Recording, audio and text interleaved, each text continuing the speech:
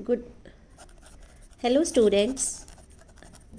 Today we are going to study the topic of business law, and I'm going to teach you about the topic conditions and warranties. As we have already discussed in the last two chapters about Sale of Goods Act and Sale of Goods Act 1930 and Contract of Sale. Just giving you a small feedback, we are continuing with the topic contract of sale. Contract of sale is a contract between two parties, that is number one buyer and number two seller. There should be two parties, which is one of the essentials of a contract also, that there should be two parties in a contract of sale also. Number one buyer, number two seller. Seller is one who sells the goods, and number two buyer is the one who purchases the goods.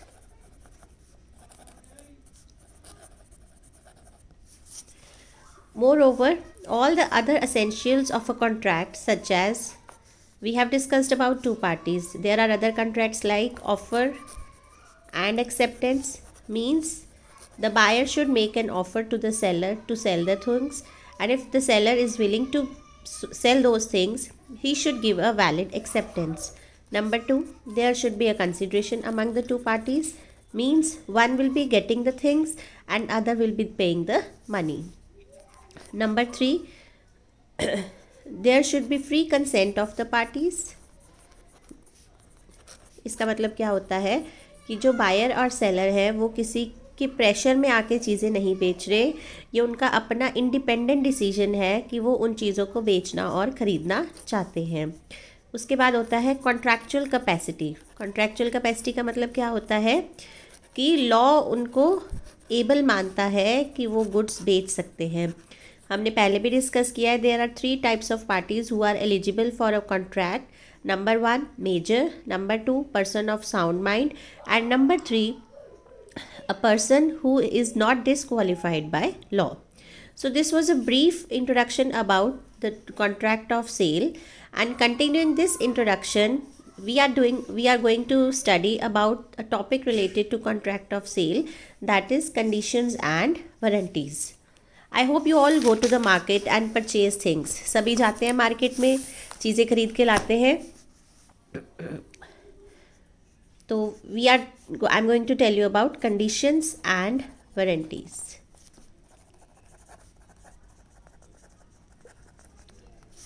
For conditions and warranties, one term that everyone should know, सबको जानकारी होनी चाहिए उस term के बारे में, वो क्या है? स्टिपुलेशन. जब भी आप मार्केट जाते हो, सेलर बहुत कोशिश करता है आपको चीज़ें बेचने की, वो हर तरीका अपनाता है कि आप उसकी चीज़ को खरीदो.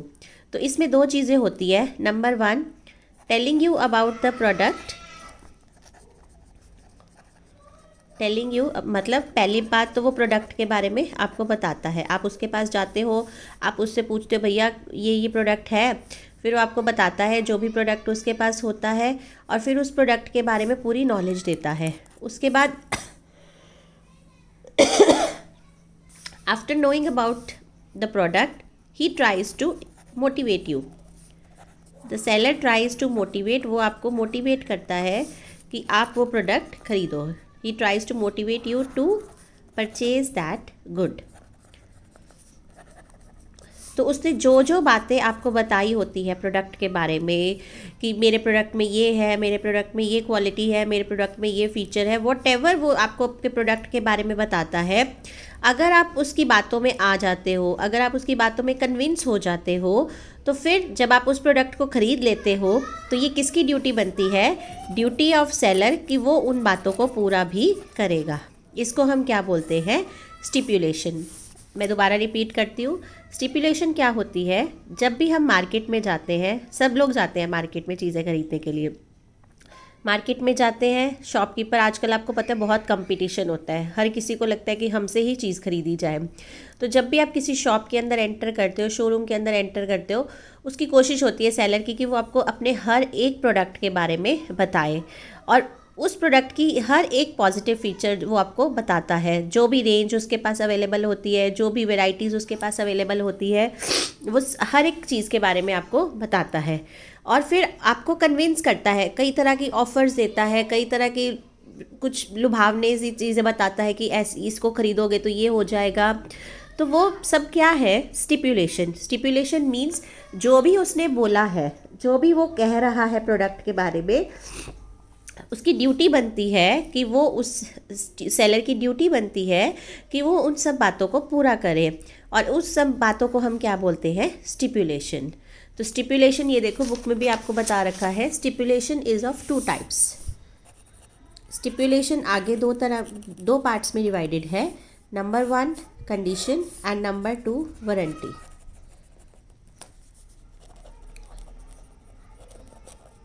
Condition and warranty.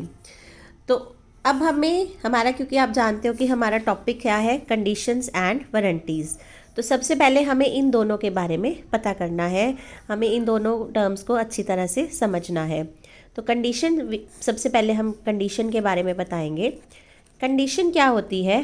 Condition is essential, means compulsory. ये क्या है? एक स्टिपुलेशन है जो बहुत ज़रूरी है, किसके लिए? Main purpose of contract. Means अगर कंडीशन नहीं है तो कॉन्ट्रैक्ट पूरा नहीं किया जा सकता। कंडीशन को हिंदी में क्या बोलते हैं? शर्त। मैं मार्केट जाती हूँ, मैंने शॉपकीपर को बोला कि मुझे ये चीज़ चाहिए प्रोडक्ट में, मतलब मैंने एक चीज़ उसको ज़रूरी बोला है कि अगर ये चीज़ नहीं होगी तो मैं प्रोडक्ट नहीं खरीदूंगी, तो मैंने उसके ऊपर क्या लगा दी? कंडीशन। अब उसको वो पूरा करना पड़ेगा। अगर वो पूरा नहीं करता, उसमें वो चीज़ मिसिंग होती है, तो मेरे पास पूरा राइट है कि मैं उस कॉन्ट्रैक्ट को कैंसिल कर सकती हूँ। इसको हम क्या कहते हैं? कंडीशन। कंडीशन मीन्स जो बहुत ज़रूरी है किसी भी कॉन्ट्रैक्ट ऑफ सेल के लिए, जो बायर कह दे कि मुझे ये चीज़ चाहिए और सेलर को वो पूरी करके देनी पड़ेगी। अगर सेलर के पास वो चीज़ नहीं है तो वो पहले ही मना कर दे। अगर एक बार कॉन्ट्रैक्ट हो गया, उसके बाद वो इस चीज़ के लिए मना नहीं कर सकता। Second is warranty. अब हम वारंटी के बारे में बात करेंगे। सुना हुआ है वारंटी? आई थिंक सब लोगों ने सुना होगा वारंटी क्या होती है। आप जाते हो ना कोई भी चीज़ खरीदने, तो वो कहता है सर इतने साल की वारंटी है, इतने। आजकल गारंटी कोई नहीं देता है, आजकल सब क्या देते हैं? वारंटी। वारंटी क्या होता है? आश्वासन। आश्वासन मतलब उसको तसल्ली देना, आश्वस्त कर देना कि जो चीज़ मैं आपको दे रहा हूँ वो बिल्कुल ठीक है, उसमें आपको कोई कमी नहीं मिलेगी, जो क्वालिटी मैं आपको कह रहा हूँ वो बिल्कुल ठीक है। 4 साल की वारंटी है, 4 साल की वारंटी में अगर आपको कोई भी प्रॉब्लम आती है, तो अगर मेरी बात पूरी नहीं होती, आपके प्रोडक्ट में कोई कमी आ जाती है, कोई चीज़ ख़राब हो जाती है, तो वो हमें क्या करेगा? वो प्रोडक्ट चेंज नहीं करके देगा, हम सिर्फ उससे डैमेजेस क्लेम कर सकते हैं। ठीक है? डैमेजेस क्लेम मतलब कि वो आएगा। सपोज़ मैं आपको एग्जांपल देती हूँ कि हमने एक वॉशिंग मशीन ख़रीदी। वॉशिंग मशीन जब हम ख़रीदने गए तो हमें ये था कि उसमें पानी गर्म होता हो, नंबर 1, उस हॉट वाटर, नंबर 2 उसकी कैपेसिटी। मैंने उसको बोला कि मुझे कैपेसिटी उसकी 8 kgs चाहिए। ठीक है? नंबर 3 कलर ये होना चाहिए, colour should be silver. Okay, अब ये चीज़ें क्या हैं? These are conditions. कंडीशंस मेरी तरफ से लगाई गई है कि जब भी कपड़े धुले, कपड़ों गर्म पानी से धुलना चाहिए, मतलब उसमें इनबिल्ट गीज़र होना चाहिए। नंबर 2 कैपेसिटी उसकी 8 kg होनी चाहिए, मतलब उसमें 8 kg के करीब जो है वो कपड़े एक बार में धुल जाए। नंबर 3 जो उसका कलर चाहिए, मुझे वो सिल्वर चाहिए। ये मैंने क्या लगा दी? कंडीशंस। अगर इन 3 चीज़ों में से वो कुछ भी पूरा नहीं करता, कुछ भी, एक भी, जैसे उसकी कैपेसिटी वो मुझे 7 kgs भेज देता है, मैं मना कर सकती हूँ, मैं नहीं लूँगी मशीन क्योंकि मेरी फैमिली बड़ी है, मुझे 8 kgs की ही चाहिए। वो सिल्वर की बजाय वाइट कलर भेज देता है, मैं मशीन वापस भेज सकती हूँ, मैं बोलूँगी कि मुझे तुझसे नहीं खरीदनी, मैं पेमेंट नहीं करती। तो ये कंडीशंस होती है, ये शर्तें होती हैं जिनको पूरा करना सेलर की रिस्पॉन्सिबिलिटी होता है। अब सेलर कहे, मैं फिर उसको बोलती हूँ कि अगर मशीन ख़राब हो गई जल्दी, तो वो कहेगा कि आप चिंता मत करो, आपकी मशीन अगर 4 साल तक ख़राब हो जाती है, डैमेज हो जाती है, तो हम उसको फ्री ऑफ कॉस्ट रिपेयर करेंगे। वो हमें मशीन नहीं देगा, वो हमारी रिपेयरिंग क्या करेगा, बिल्कुल फ्री ऑफ कॉस्ट, चाहे जितना मर्जी खर्चा आए, कोई भी पार्ट नया डले, he will only repair the machine, he will not change the machine. This is warranty. Warranty क्या होती है, कोलेटरल। सपोज अब मशीन ख़राब हो गई, तो मैं उसके लिए मैं मशीन वापस नहीं करूँगी, मैं कॉन्ट्रैक्ट रद्द नहीं करूँगी, मैं उसको कॉल करूँगी, वो आएगा, मेरी मशीन को ठीक करेगा और वो मुझसे कोई भी पैसे नहीं लेगा। तो इस चीज़ के लिए I can not cancel the contract, I can only ask for damages. I cannot cancel the contract, I can only ask for damages. This is the main difference between conditions and warranty. Condition क्या होती है, ज़रूरी, जो जिस चीज़ के बिना contract पूरा नहीं हो सकता। और वारंटी क्या है, कॉन्ट्रैक्ट पूरा हो जाता है, अगर बाद में कोई प्रॉब्लम आती है, वारंटी पूरी नहीं होती, तो हम सिर्फ उस वारंटी को पूरा करवा सकते हैं, हम उसके लिए कॉन्ट्रैक्ट कैंसिल नहीं कर सकते। ठीक है बेटा। अब नेक्स्ट टॉपिक क्या है, कंडीशन वारंटी कब बन जाती है। काफ़ी केसेस में होता है कि कंडीशंस वारंटी बन जाती है, कब,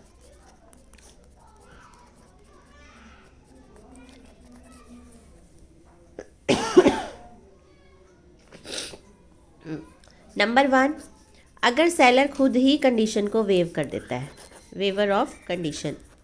वो कह देता है कि कोई बात नहीं, मैं तुझे छूट देता हूँ, अगर तो ये उसमें चीज़ नहीं भी होगी तो मैं कॉन्ट्रैक्ट जो है वो रद्द नहीं करूँगा। जैसे इसमें है, अब शॉपकीपर के पास कलर अवेलेबल नहीं है सिल्वर, तो वो मुझे ब्लैक कलर या ब्लू कलर भेज देता है, तो मैं उसको कहती हूँ कि कोई बात नहीं, इट्स ओके, तू मुझे मशीन भेज दे। तो इस केस में क्या होगा, कंडीशन हमने ख़त्म कर दी, अब सिर्फ उसकी क्या रह जाएगी, warranty.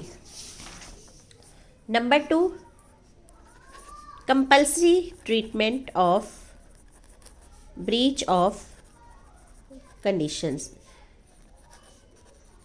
breach of condition as breach of warranty। इसका मतलब क्या है कि उसने कंडीशन पूरी नहीं की। फर्स्ट पॉइंट में क्या था कि हमने तो कंडीशन हटा दी, सेकंड पॉइंट में क्या है कि उसने वो कंडीशन पूरी ही नहीं की, और हम उसको अलग नहीं कर सकते मेन कॉन्ट्रैक्ट के साथ। मतलब जो कैपेसिटी थी वो 8 kgs की होनी चाहिए थी, बट उसने क्या भेज दिया मुझे, 7.5 kgs। अब इस चीज़ के लिए मैं अपना जो मेन कॉन्ट्रैक्ट है उसको इससे अलग नहीं कर सकता, और बाद में मुझे लगता है कि चलो कोई प्रॉब्लम भी नहीं है, तो मैं क्या करूँगा कि मशीन रख लूँगी, और इसको क्या मानेंगे कि उसने कंडीशन तो पूरी नहीं की, बट वो इसके लिए वारंटी को पूरा जो है वो करेगा। उसके बाद नेक्स्ट है इम्प्लाइड कंडीशंस। आप मार्केट जाते हो, कई बार कुछ चीज़ें आपको बोलनी नहीं पड़ती, बट वो अंडरस्टूड होती है कि जब भी चीज़ें मैं ख़रीदूँगा मुझे वो चीज़ें साथ में मिलेंगी। Number 1, title of goods. हम ये मान के चलते हैं कि जो भी पर्सन उन गुड्स को बेच रहा है वो ही उसका रियल ओनर है, उसने वो चीज़ें कहीं से चोरी नहीं की, वो किसी और को बिलोंग नहीं करती है, वही सेलर उसका रियल ओनर है। Number 2, sale by description.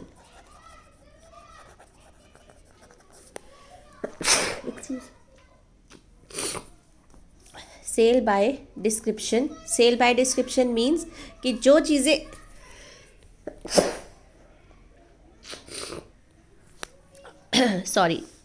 Sale by description means जो चीज़ें सेलर ने मुझे दिखाई हैं वैसी ही चीज़ें मुझे मिलनी चाहिए। हम शोरूम पे गए, हमें वॉशिंग मशीन दिखाई गई, हम वहाँ से लेके नहीं आते हैं, सेलर कहता है कि मैं घर भिजवा दूंगा, तो जो उसने हमें चीज़ दिखाई है हम ये मानते हैं कि सेम चीज़ जो है वो हमें घर पे भी अवेलेबल होगी। Next is condition as to quality and fitness.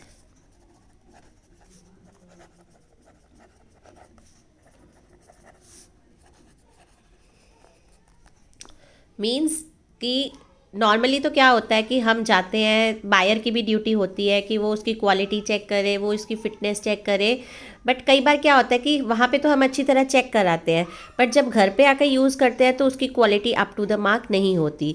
तो ये चीज़ें इम्प्लाइड है कि अगर जो उसकी होनी चाहिए क्वालिटी, जो जिस चीज़ के लिए हम उसको लेके आए हैं, अगर वो उस चीज़ को पूरा नहीं करता तो हम उसके लिए उस चीज़ को वापस कर सकते हैं और कॉन्ट्रैक्ट कैंसिल कर सकते हैं। जैसे इसमें आता है hot water bottle. Hot water bottle का पर्पस क्या होता है कि उसमें गर्म पानी दे के और उसको हम मेडिसिन पर्पस के लिए यूज़ करते हैं। हम हॉट वाटर बॉटल ले आए बाज़ार से कि उसकी रबड़ क्वालिटी अच्छी है, वो फटेगी नहीं, बट जैसे ही घर आए हमने उसमें गर्म पानी भरा और वो फट गया और जो लेके आया था बायर वो इंजर हो गया। तो this is a condition, this is a breach of condition. ये कंडीशन पूरी नहीं मानी जाती। इस चीज़ के लिए जो बायर है वो सेलर से कॉन्ट्रैक्ट रद्द कर सकता है, उसको अपने पैसे वापस मांग सकता है, उसका प्रोडक्ट जो है वो वापस कर सकता है। Next point, मर्केंटेबिलिटी of goods.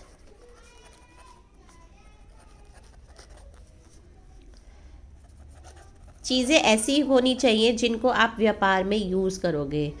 ये नहीं कि आप सिर्फ आपने चीज़ बेच दी और जिस पर्पस के लिए हम लाए थे वो पर्पस हमारा कभी भी पूरा नहीं होता। जैसे सीमेंट लेके आते हैं, सीमेंट घर बनाने के लिए होता है, जब हम लाए वो जमा हुआ था, तो अब जमा हुआ सीमेंट कहीं यूज़ नहीं होता। तो इसीलिए चीज़ें ऐसी कंडीशन में होनी चाहिए कि उनको आगे हम यूज़ कर सके, जो उसका पर्पस है उस पर्पस को हम यूज़ में ला सके, पूरा कर सके और उस प्रोडक्ट को अच्छी तरह से यूज़ कर सके। Number 5, sale by sample. Sale by sample means जो उसने सैम्पल हमें दिखाया है बाकी गुड्स भी उससे कंफर्म होने चाहिए।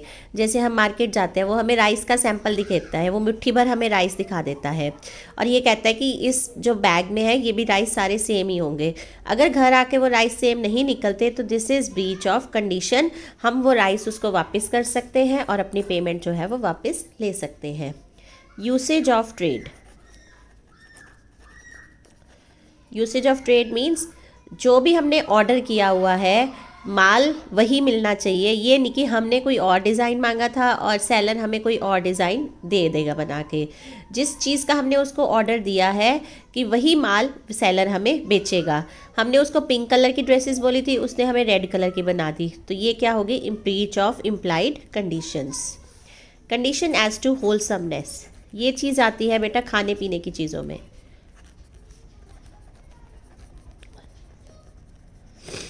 Condition as to wholesomeness means कि जो खाने पीने की चीज़ें हैं वो अकॉर्डिंग टू द स्टैंडर्ड्स होनी चाहिए, क्योंकि आपको पता है कि जो खाने पीने की चीज़ें अगर स्टैंडर्ड से मीट नहीं करती तो वो हमारी हेल्थ के लिए नुकसानदायक होती हैं। तो जो भी हम खाने पीने की चीज़ें खरीद रहे हैं, जैसे दूध है, चिप्स है, कुछ भी पैकेज्ड फूड है, that should not be after the expiry date and it should be according to the standards and quality of the product. Okay, ये थी बेटा इम्प्लाइड कंडीशंस। मैं एक बार सारी रिपीट कर रही हूँ। नंबर 1, टाइटल ऑफ गुड्स, कि जो बेच रहा है वो उसका रियल ओनर होना चाहिए। सेल बाय डिस्क्रिप्शन, जो आपने बताया था दुकान में वैसी ही चीज़ें हमें मिलनी चाहिए।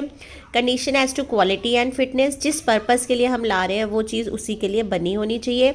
मर्केंटेबिलिटी ऑफ गुड्स मीन्स जिस पर्पस के लिए हम लेके आ रहे हैं वो उस पर्पस में ही उसी कंडीशन में हमें मिलना चाहिए। जैसे सीमेंट की एग्जांपल देखिए, वो जमा हुआ नहीं होना चाहिए, वो सूखा हुआ होना चाहिए। सेल बाय सैंपल, कि जो सैंपल आपने हमें शॉप में दिखाया था सेम चीज़ जो बाकी बैग आप हमें दे रहे हो वो बैग उस सैंपल को मीट करना चाहिए। यूसेज ऑफ ट्रेड, की ऑर्डर वही जो हमने ऑर्डर किया था माल वही ऑर्डर के अकॉर्डिंगली होना चाहिए, आप उसमें खुद से चेंजेस नहीं करोगे। Condition as to wholesomeness means जो खाने पीने की चीज़ें हैं उनकी quality according to the FPO, according to Agmark standards होनी चाहिए। वो कभी भी एक्सपायरी डेट के या ख़राब चीज़ें उसमें नहीं होनी चाहिए। क्लियर है बेटा? These were the implied conditions. Now we are going to talk about implied warranties.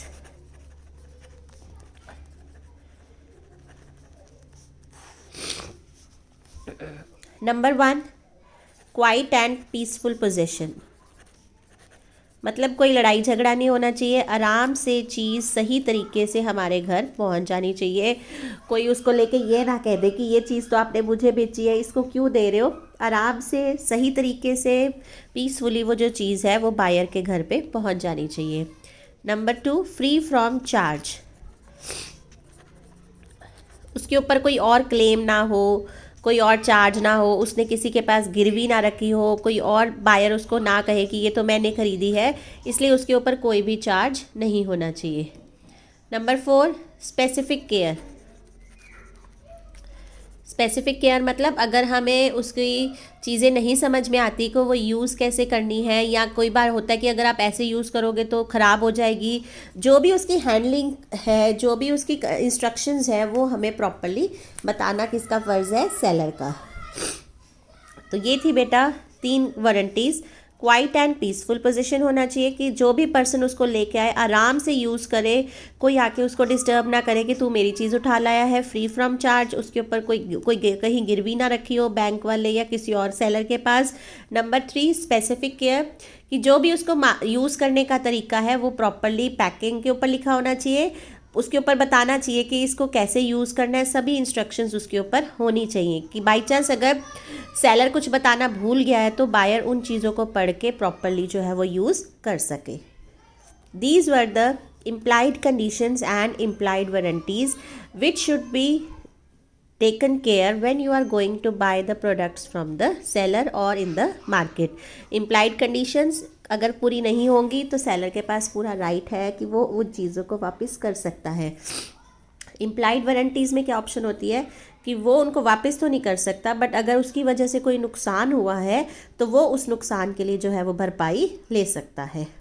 अब बेटा इसके ऊपर स्टूडेंट्स, इसके ऊपर मैंने कुछ क्वेश्चंस बनाए हैं, उन क्वेश्चंस को हम डिस्कस करते हैं। एमसीक्यूज़ जो पेपर में आपके पास आ सकते हैं, क्योंकि हमने चैप्टर स्टार्ट किया था by giving a brief introduction of sale of goods act. तो पहला क्वेश्चन आ सकता है, सेल ऑफ गुड्स एक्ट किस ईयर में बना था? 1930, 1940, 1964, 1990। तो answer is 1930। Number 2, caveat emptor. Caveat emptor, अब हम जब मार्केट जाते हैं तो कई बार सारी चीज़ें हमें सेलर नहीं बताता, कुछ चीज़ों के लिए हमें खुद भी ध्यान रखना पड़ता है। तो उसका मीनिंग क्या होता है caveat emptor? Seller beware, buyer beware, both और नन। तो इसका मतलब होता है कि बायर को भी ध्यान रखना चाहिए, वो प्रॉपर जांच पड़ताल करे, सेलर से क्वेश्चंस पूछे कि इनको हमने कैसे किया है। नंबर 3, कंडीशंस एंड वारंटीज़ क्या सेम होती है, डिफरेंट होती है, क्या इंटर रिलेटेड होती है, या ऑल ऑफ द अबव? तो conditions and warranties are entirely different, same तो है ही नहीं, ना ही हम उनको इंटर रिलेटेडली कहीं पे यूज़ कर सकते हैं। नंबर 5, वारंटी क्या होती है? प्राइमरी होती है, सेकेंडरी होती है, कोलेटरल होती है, या असेंशियल होती है? हमें ये भी पता है प्राइमरी नहीं होती, सेकेंडरी नहीं होती, असेंशियल कंडीशन होती है, कोलेटरल क्या होती है? Warranty. Number 6, contract can be repudiated on non-fulfillment of number 1 warranty, number 2 stipulation, number 3 terms, number 4 conditions। किसके बेस पे हम कॉन्ट्रैक्ट को रिप्यूडिएट कर सकते हैं? जब हमारी कंडीशंस फुलफिल नहीं होती हैं। And last question is sale by sample.